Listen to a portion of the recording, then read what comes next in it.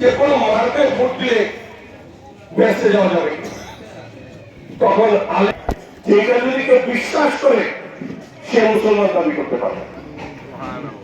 আমাদের যে আলেমরা গত 2 দিন যে ব্যাখ্যা দিচ্ছেন, যারা জামাত ইসলাম করে তারা মুসলমান, এই কথা আমি এর উত্তর দিতে পারবো না। ওনারা বলছেন এটা বলেছেন, কারণ আমার ইসলাম সম্বন্ধে লেখাপড়া কম। বলেছেন মুহিবুল্লাহ বাবুনগরী, হ্যাঁ বলেছেন মুহিবুল্লাহ বাবুনগরী বলেছেন। ভোট দেন, আমি লইয়া সতীপুর আমার শোল্ডারে নিয়ে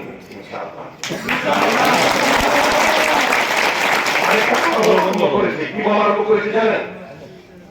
আমাকে যদি আপনারা পাস করান, এই চামড়াবাসী, এই বিচারীবাসী পাস করানোর যদি সিদ্ধান্ত নেন যে পিয়নকে আমরা ভোট দিব, মনে মনে যদি সিদ্ধান্ত নেন, আর শর্টকাট জানাতে যাইতে চান, সেটা তো হবে না। শর্টকাটের কোন সুযোগ নেই। আমাদের এলাকায়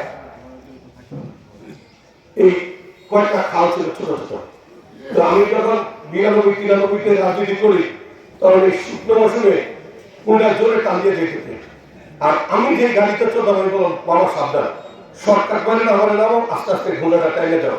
যতজন শর্টকাট করছে একজনেরও কাপড় ঠিকঠাক সব খালের মধ্যে পড়ে গেছে।